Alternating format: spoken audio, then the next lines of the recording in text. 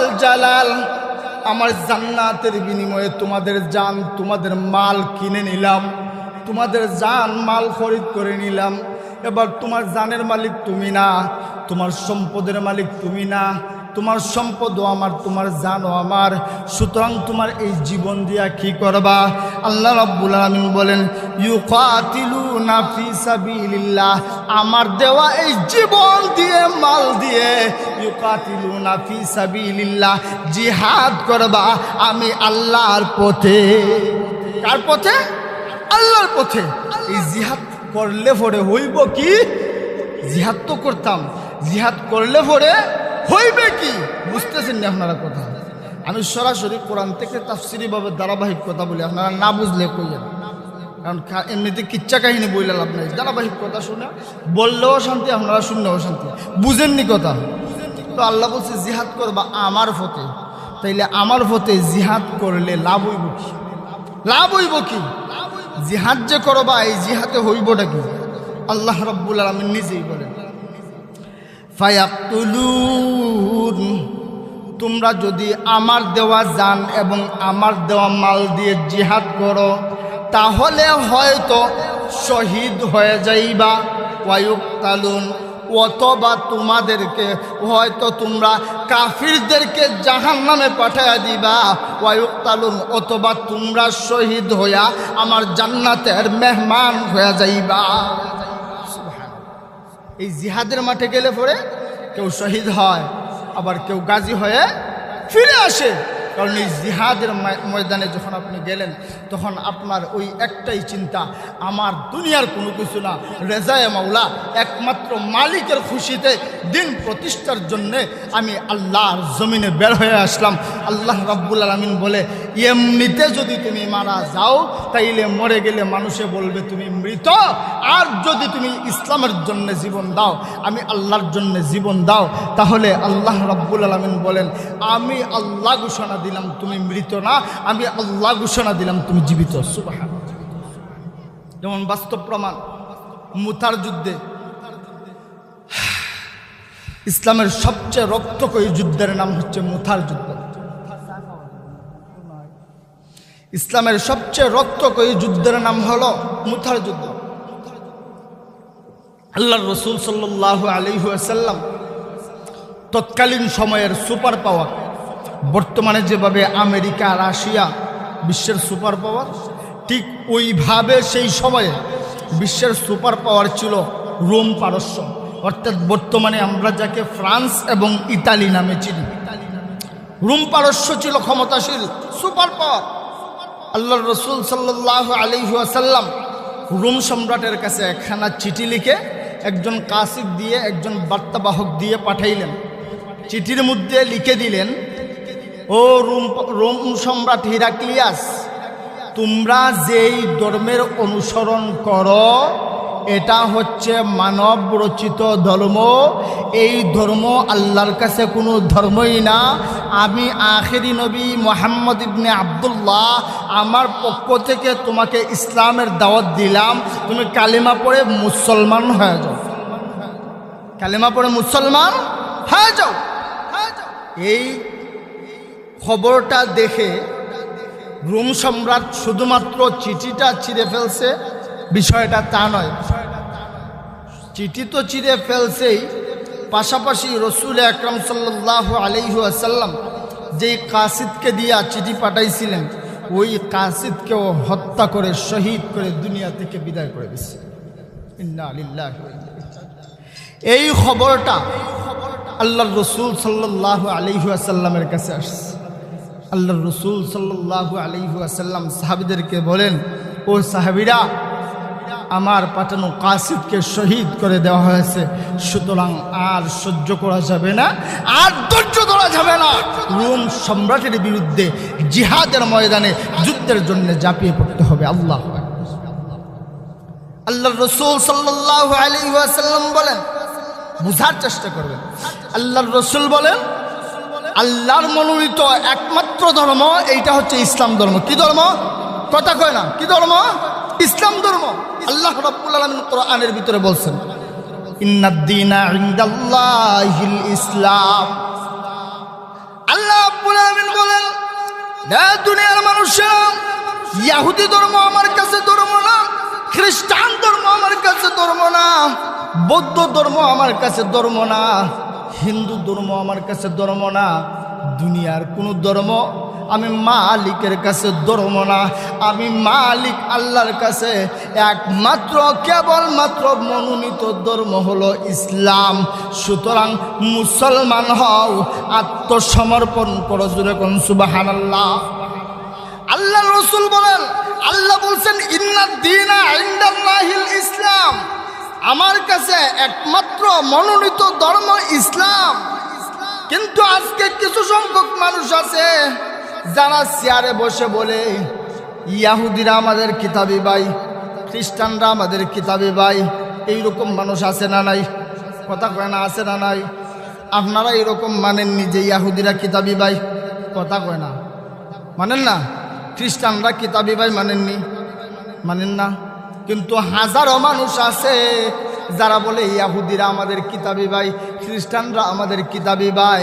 এমনকি এই মিম্বরের মধ্যে বসে, মাইকের মধ্যে বসে কিছু সংখ্যক মানুষেরা বলে ইব্রাহিম নবী ইহুদি ছিলেন, মুসা নবী ইহুদি ছিলেন, ইউসুফ নবী ইহুদি ছিলেন, ঈসা নবী ইহুদি ছিলেন, ইসহাক নবী ইহুদি ছিলেন, ইয়াকুব নবী ইহুদি ছিলেন। আর আল্লাহ বলে ইন্নাদ দীনা ইনদাল্লাহিল ইসলাম, ইহুদি কোনো ধর্ম নাই, খ্রিস্টান কোনো ধর্ম নাই, বৌদ্ধ কোনো ধর্ম নাই, হিন্দু কোনো ধর্ম নাই, আমার কাছে একমাত্র ধর্ম ওইটা হচ্ছে ইসলাম ধর্ম। কি ধর্ম? ইসলাম ধর্ম। আল্লাহ বলেন মিল্লাতা আবিকুম ইব্রাহিম হুয়া সাম্মাকুমুল মুসলিমিন। আল্লাহ রাব্বুল আলামিন বলেন দুনিয়ার মানুষেরা রে, তোমাদের জাতির পিতা হযরত ইব্রাহিম আলাইহিস সালাম তোমাদের ধর্মকে ইসলাম ধর্ম হিসাবে নামকরণ করেছেন। সুবহানাল্লাহ। আল্লাহ রাব্বুল আলামিন অন্য জায়গায় বলেন ইয ক্বালা লাহু রাব্বুহু আসলিম। আল্লাহ রাব্বুল আলামিন হযরত ইব্রাহিম আলাইহিস সালামকে বলেন আসলিম, ও ইব্রাহিম আত্মসমর্পণ করেন, ইসলাম গ্রহণ করেন। হযরত ইব্রাহিম আলাইহিস সালাম বলেন ক্বালা আসলামতু লিরাব্বিল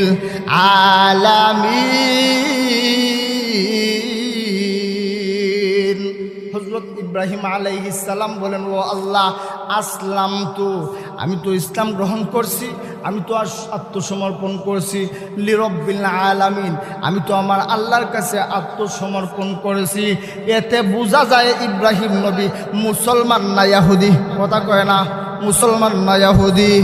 অন্য জায়গায় আল্লাহ রাব্বুল আলামিন বলেন ওয়া ইয ক্বালু কুনু হুদান আও নাসারা তাহতাদু।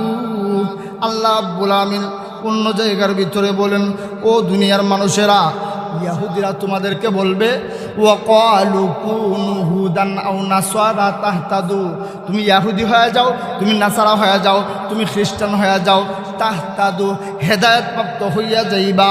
আল্লাহ রাব্বুল আলামিন বলেন কুল বাল মিল্লাতা ইব্রাহিমা হানিফা। অথচ তোমাদের জাতির পিতা ইব্রাহিম আলাইহিস সালাম ছিলেন একনিষ্ঠ মুসলমান। শুধু তা না, হযরত সুলাইমান আলাইহিস সালাম বিলকিস রানীকে বলছিলেন আল্লাহ তাআলাউ ওয়া আতুনি মুসলিমিন। ও বিলকিস, বাড়াবাড়ি করবা না, মুসলমান হইয়া আমার কাছে চলে আস। আল্লাহর নবী ইউসুফ আলাইহিস সালাম বলেছিলেন তাওয়াফানি মুসলিমাও ওয়া আলহিকনি বিসসালিহিন।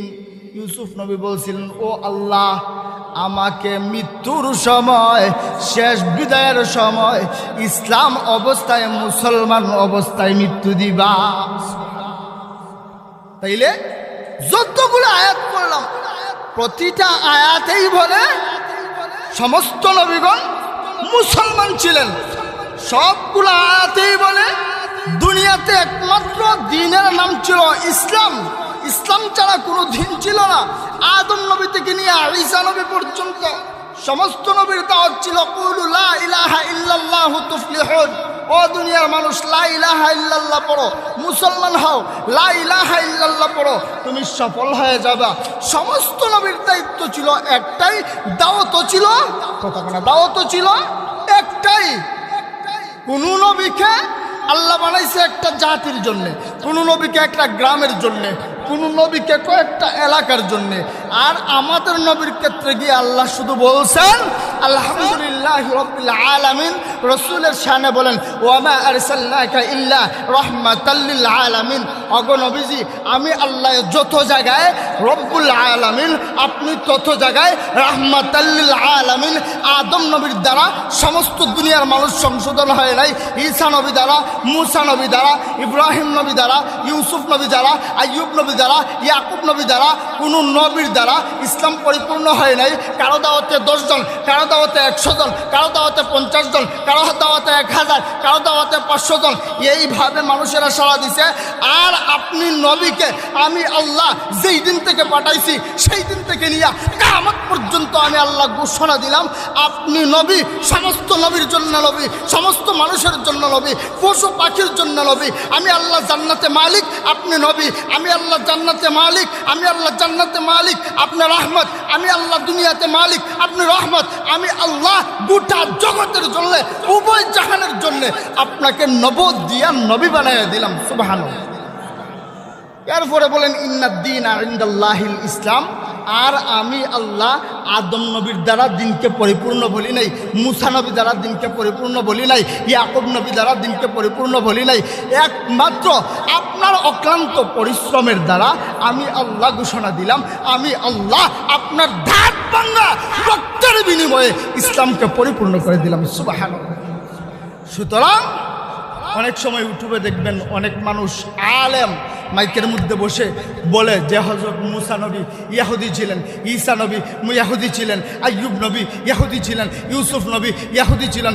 বুঝতে হবে, যদিও মাথায় টুপি আছে, গায়ে পাঞ্জাবি আছে, এরা কোরআন হাদিস ভালো করে জানে না। এরা যদিও মুসলমানের বেশ ধরে, মূলত এরা ইসলাম এবং মুসলমানদের জাত শত্রু, ইহুদি নাসারাদের দালাল। জুড়ে কোনটি দালাল। এই জন্য এদের থেকে সব সময় সতর্ক থাকতে হবে। আমাদের আকীদা, সমস্ত নবী কি ছিলেন? সমস্ত নবী কি ছিলেন? মুসলমান ছিলেন। সমস্ত নবীর দাওয়াত কি ছিল? ইসলাম। কি ছিল? ইসলাম। তো বলতেছিলাম হযরত রাসূল আকরাম সাল্লাল্লাহু আলাইহি ওয়াসাল্লাম কাসিদ পাঠাইছেন, কাসিদকে শহীদ করে দিচ্ছে। মনে আছে না আপনাদের? শহীদ করে দিচ্ছে আল্লাহর রাসূল সাল্লাল্লাহু আলাইহি ওয়াসাল্লাম। আল্লাহর রাসূল সাল্লাল্লাহু আলাইহি ওয়াসাল্লাম মিম্বরে বসে ডাক দিলেন, ও সাহাবীরা, রোম সম্রাট হিরাক্লিয়াস আমাদের পাঠানো কাসিদ বার্তাবাহককে শহীদ করে দিচ্ছে। অর্থাৎ সুতরাং আর সহ্য করা যাবে না, এদেরকে দাঁত ভাঙা জবাব দিতে হবে। আল্লাহর রাসূলের সাহাবীরা নাম লেখানো শুরু করলেন। লিখতে লিখতে সাহাবীদের সংখ্যা হলো 3000। কয় হাজার? কথা কয় না, কয় হাজার? 3000। অপরদিকে রোম সম্রাট হিরাক্লিয়াস ঘোষণা দিল, আমি আমার পক্ষ থেকে সেনাবাহিনী দেব 1 লাখ। কয় লাখ? 1 লাখ। আরব দেশ থেকে যারা রাসূল আকরাম সাল্লাল্লাহু আলাইহি ওয়াসাল্লামের ভাই ভাতিজা, বুঝার চেষ্টা করেন, গড়ের শত্রু তো ভাই বড় শত্রু।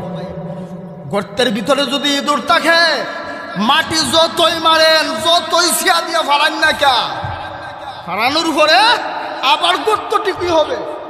গড়ের শত্রু তো ভাই বড় শত্রু। আরবের মানুষেরা বলল, আব্দুল্লাহর বেটা মুহাম্মদ রে সাইজ করো। সাইজ করার জন্য তুমি যদি দাও 1 লাখ, আমরা দিব আরো 1 লাখ। হইল কয় লাখ? 2 লাখ। আল্লাহর রাসূল সাল্লাল্লাহু আলাইহি ওয়াসাল্লামের সাহাবী কয় হাজার? কথা কয় না, কয় হাজার? 3000। ইসলামের সবচেয়ে রক্তক্ষয়ী যুদ্ধ, মুতার যুদ্ধ। আল্লাহর রাসূল সাল্লাল্লাহু আলাইহি ওয়াসাল্লাম এক এক করে 3 জন সেনাপতির নাম ঘোষণা করলেন। 1 নম্বরে বললেন, আইনা যায়েদ ইবনে হারেসা তাআল। এই যায়েদ ইবনে হারেসা কোথায়? নবীজির পালক পুত্র যায়েদ ইবনে হারেসা দাঁড়িয়ে গেলেন। আল্লাহর রাসূল বলেন, মুতার ময়দানে তুমি প্রথম মুসলমান সেনাপতির দায়িত্ব পালন করবা। এরপর রাসূল বলেন আয়না